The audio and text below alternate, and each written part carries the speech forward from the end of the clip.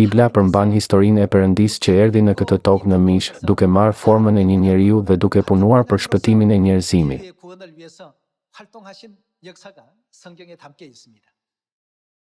Kur Perëndia erdhi në këtë tokë në mish, si u quajt ai? Ai u quajt me emrin Jezus. Ai kishte sy, hund, gojë, veshë dhe organe të brendshme, ashtu si ne.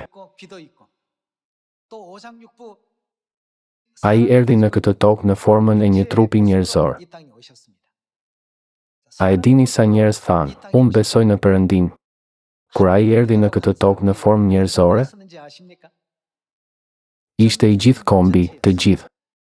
Të gjithë izraelitët ishin në një pozitë besimi në Perëndinë. Megjithatë, kur Perëndia erdhi në këtë tokë në mish, a pati ndonjë që e njohu atë? Ata nuk e kuptuan Perëndinë siç duhet. Le të shohim fjalën tek Isaia kapitulli 9, vargu 6. Në kapitullin 9, vargun 6, është shkruar: sepse na ka lindur një fëmijë, një djalë na është dhënë.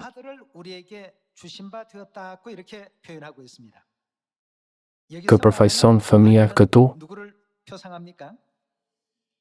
Rreth 700 vjet para ardhjes së Jezu Krishtit, u profetizua se ai do të vinte në tokë në formën e një fëmije, domethënë në mish.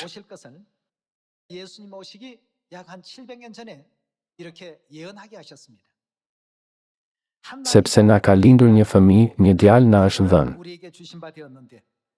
Mbi supet e tij do të mbështetet perandoria dhe do të quhet këshilltari i admirueshëm. Kush? Në çfarë forme vjen Perëndia në këtë tokë? U profetizua se ai do të vinte në këtë tokë në formën e një fëmije, si një bir. Perëndi i fuqishëm. Po më pas, atë i përjetshëm. Ai është fillimisht Perëndia ynë i përjetshëm, Ati. Kjo është profecia e profetit, që parathot se Perëndia atë do të vinte në këtë tokë në mish, duke marrë formën e një biri. Atë i përjetshëm, princ i paqes. Kur shikoni vargun 7, nuk do të ketë të sosur rritja e perandorisë së tij dhe paqja mbi fronin e Davidit dhe në mbretërinë e tij, për ta vendosur pa u tundur dhe për ta përforcuar me anë të mençurisë dhe të drejtësisë, tani dhe përjetë. Këtë ka për të bërë zelli i Zotit të ushtrive. Në fjalët e fundit, sigurohet që Perëndia me siguri do ta përmbushë këtë profeci me gjithë zellin e tij. Atëherë, në çfarë forme vjen Perëndia në këtë tokë? Ai vjen në formën e një njeriu. A nuk është se njeriu lind si foshnjë, rritet dhe piqet në një të rritur? Ai do të ndjek po këtë proces. Megjithatë, cila është natyra e tij e vërtetë, thelbi i tij i vërtetë?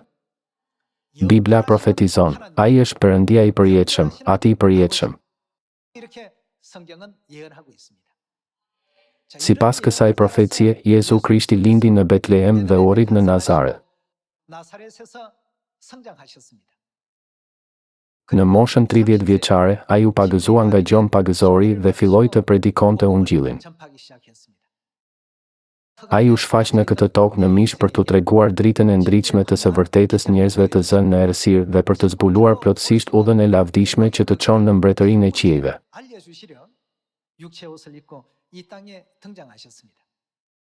Kur Jezu Krishti erdhi në këtë tokë në formë njerëzore, ashtu si ne, dhe predikoi Ungjillin,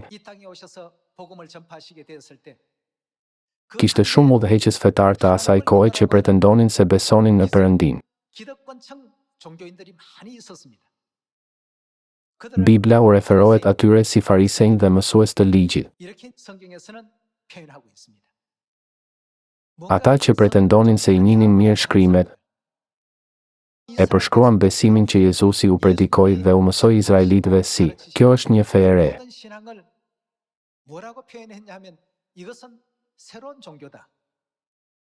Sipas ligjit të Dhjatës së Vjetër, krijimet më të rëndësishme ishin kafshët, por mësimi i Jezusit ishte krejtësisht i ndryshëm. Ai tha, është e rëndësishme të kesh besim në Perëndinë. Atëherë, si e quajtën ata Jezusin? Me qenë se ai ishte nga Nazareti, ata e etiketuan atë si sekti i Nazarenasve. Ata nuk arritën ta njihnin se Perëndia në të cilin besonin kishte ardhur në këtë tokë në mish. Në vend të kësaj, ata e tallën dhe e kundërshtuan atë, duke e quajtur sekti i Nazarenëve.